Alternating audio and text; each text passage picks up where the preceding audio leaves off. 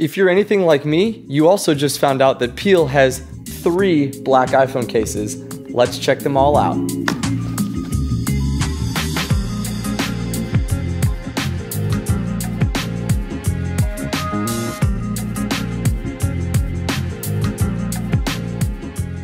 The iPhone 7 is a beautiful device. There's no denying that. The problem with cases these days, while they protect against accidental drops, they ruin the phone's natural aesthetic. This is where my adoration of the Peel cases comes in, preserving the curves and the thickness of the phone. Peel has created a case that doesn't do much protecting, but it does successfully accomplish 3 things. 1, it adds some much needed grip to an incredibly slick phone. 2, it protects from small drops and scratches on the back and corners. 3, it looks fantastic, honoring Apple's original design. Just as Apple has created multiple colors for their devices, Peel has made 3 different types of black cases alone. Let's look at each of them and figure out how they differ.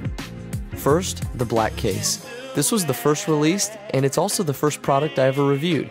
Matte finish, doesn't show fingerprints, slightly translucent. This has been my go-to case for months now. It adds just enough grip to make it a step up from the naked iPhone.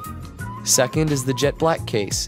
Peel created an alternative to purchasing an actual jet black phone with this case, yet it also has become a fingerprint magnet, very similar to the jet black phone itself. It does tend to scratch pretty easily, but it is really a work of art out of the box. I want to focus though on the most recent release, the Blackout Case. This case, in my humble opinion, is the best of both worlds. If the black and jet black cases had a love child, the Blackout Case would be the result.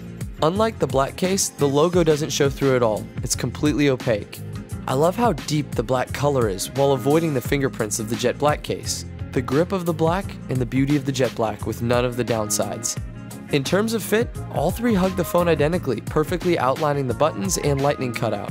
Another huge perk of this case, it doesn't hinder a smooth connection with third-party lightning cables. I've had this issue with a number of other cases. Peel's cases are just too thin for this to be a problem.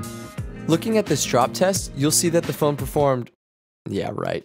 For real though, the biggest downside of this case, it's really not going to protect if you drop it, so don't drop it.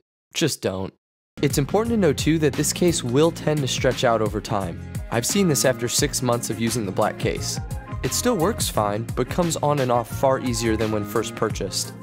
Now, if I had to personally rank them, the Blackout would be my first choice, followed closely by the black, with the jet black in third.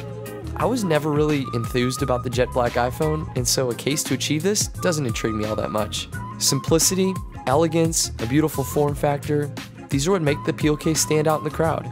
So what do you think? No case, thin case, or full protection? Which do you prefer?